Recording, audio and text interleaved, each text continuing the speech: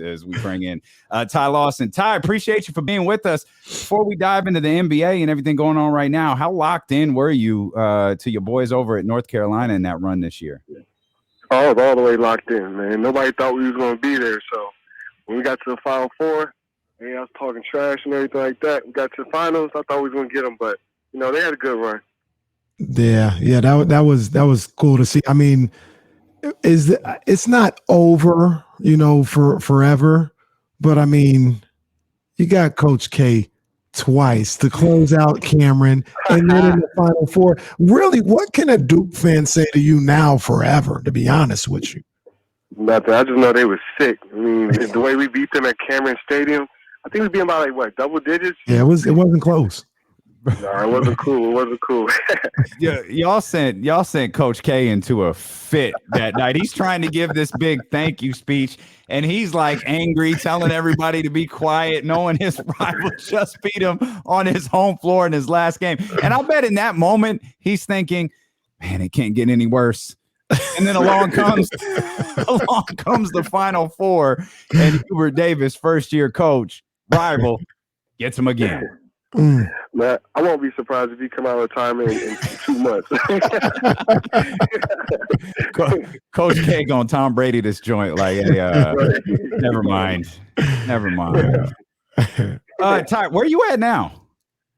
I got back home, so I'm over here chilling with the family and everything like that. I was overseas for, like 2 years straight, so good to see the family. Yeah, that's what's up. You gonna run it back overseas? Like, do you still have a desire to be in the league? Are you good? I'm gonna think about it. I don't know. Overseas kind of tough, especially with COVID, man. Yeah. It's a little rough over there. Yeah. So it's like I'm just working out, chilling. I'm gonna see my options after this summer and see what I want to do. I know Ty's still a bucket getter though. That's never going nowhere, ain't that right, Ty? Oh yeah, definitely right. Yeah, man. Is that groove still the same? Like when you get out on the floor, whether you're practicing or whether you're in a game scenario, like is it the same today as it was in North Carolina when you knocked down a couple of buckets? Okay, this my night. I got it. Oh yeah, no, it's still the same. I can shoot the three, get to the bucket, still fast. So everything's still the same. Nothing changed. Yeah. So Ty, getting into the NBA playoffs, and one of the things that one of the major storylines is Luka Doncic and his injury. And I didn't play in the NBA, but I was a little athlete, did my thing or whatever. One thing that I'm definitely afraid of, because I experienced it one time, is the calf strain. It seems so simple, but man, it takes forever to feel comfortable with it again. Do you think we see Luka at all this playoffs with that calf strain? I think Luka's going to give it a go, but I mean, like just having Kevin in Toronto, he had a calf strain, tried to come back a little early, then went to the Achilles. It was all tied together. So I mean, it's definitely a tough injury, and it just happened maybe a week and a half, 2 weeks ago. Yeah, not even that. No, less than a week. Yeah. Yeah, I'll be cautious with it, but I think he's gonna give it a try. Luka, he's a tough cookie. Yeah. Do you guys play? I mean, have you played through like a ton of injuries in your career? Oh yeah, I played through. In North Carolina, the stub toe. I had to wear like a steel plate and take a shot in my toe just to play. Oh man. Yeah, like all through was it that year that we won it? I had to do that the whole year. Wow. NBA. Yeah, I had I played through some stuff, man. That's wild. What was it? You were here with in Sacramento? You were with Jaeger or George Karl? Yeah, Jaeger. It's hard to keep track of coaches here in Sacramento, Ty. That's why I had to be sure. What was your did you enjoy your time here? Like I remember when you signed here, like a lot of us were really excited about the presence that you bought. I mean, it was kind of a one and done. I don't think it worked out the way any of us hoped that it did, but that kind of is the story of Sacramento. Like what was your feeling of your time in Sac? I mean, I definitely had a fun time, especially like the city of Sacramento, like how they embrace their team and like just, when you think about Sacramento, at first you just flying like other teams, flying like, oh, this city's terrible, we'll fly out. But after just living there, I was like, this could be a place I could call home. But basketball wise, I would just say like, there's really no structure. Anybody can do what they want to do. Like we had good players. We had Aaron Aflalo, we had Marcus, we had Rudy. Who else? Darren Collison. Mhm. I just feel like Ben McLemore. I just feel like we underachieved that year, not just because we just didn't. Everybody didn't know their role or what they were supposed to do. Everybody was trying to go out there and get 20 to 25. And not to throw anybody particularly under the bus, but I guess maybe you'll have to answer the question. But like where the structure and knowing your roles, where do you think that comes from? Is that strictly the coach, or is that above the coach? Is that the front office or the ownership? Like, who should be setting the tone to make sure everybody knows their role, in your opinion? I think it's the culture. Just everybody has to come. I don't think it's just one person. It's just everybody collectively needs to come together. The players, the coaches. We have to follow some type of lead, and I mean, just nobody would take that lead. I feel like, everybody's walking on eggshells. So, I mean, that's the only thing. Even like we was close though. I think on the All-Star break, we was around 2 games out of playoff contention. So it wasn't that bad. It's just that we was right there, and I felt like we could have took one step closer.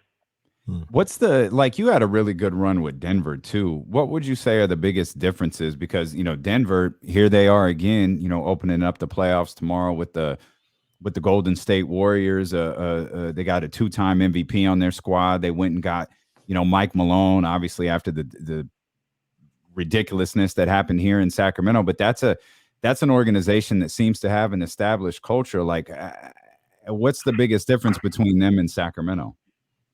I mean, I think Denver had a culture for years. It wasn't just 1 or 2 years, 3 years. I mean, they've been in the playoffs since George Karl was there, and they kept going with it.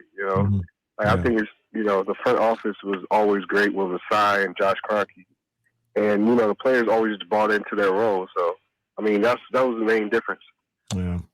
You mentioned something earlier, and I heard you in another interview talking about coming to Sacramento, and when you got a chance to live here, you really like the city. Do you think that that's because we talk about getting free agents and trading for people like, oh, they wouldn't want to be in Sacramento or whatever the case may be.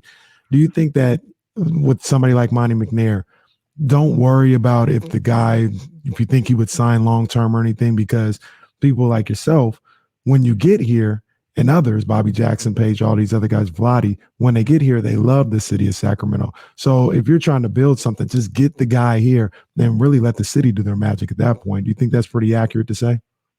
Yeah, I would say that's pretty accurate. Yeah, I mean, because like you said, I've seen all of them there, like Peja, Bobby, they was all just hanging around Sacramento. At first I was like, why?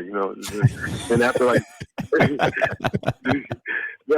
after 4 months, being there, I was like, yeah, okay, I see why you just chill here. It's a cool place to be.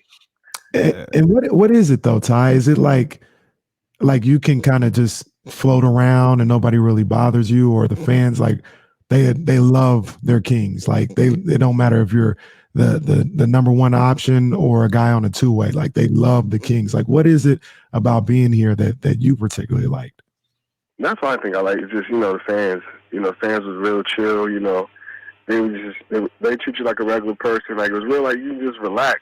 And then also, that's the first time I really started eating Mexican food out there. I love it. and the Macoonies, that's my favorite spot in the world. So I just You said you was back home. Is that Maryland? Yeah, Maryland. Oh, okay. All right. Man, we gotta get you back out to Sac, man. You gotta come check out a game next year. Come hang with us, Champagne and Campaign. You gotta get back out here, man. There's no problem with me. If I decide to try to get back in the league, then man, maybe I'll see y'all once or twice. Come on now. Come on. Let's do it. Well, all them damn 10 days they was handing out this year. I don't know how you weren't back in the league this year. I was under contract. I couldn't do it. Literally, I couldn't. And they wanted people. I was overseas, and they wanted people that could get on a flight and play that night. You know what I'm saying? And I was 20 hours away, so that's the only reason why. People reached out.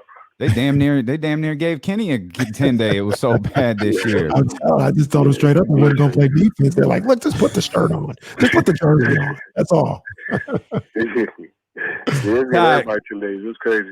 We appreciate you, bro. You make that trip out here, man. We'll get you over to Macoonies, man. Get you fattened up out there at the sushi spot. Hope all is well, man. Thanks for hanging out with us. All right, thank you. I'll let you know when I come out there. I'll pull up. Yes, sir. All right, bet. Done deal. All right, Good deal. That's our man, Ty Lawson.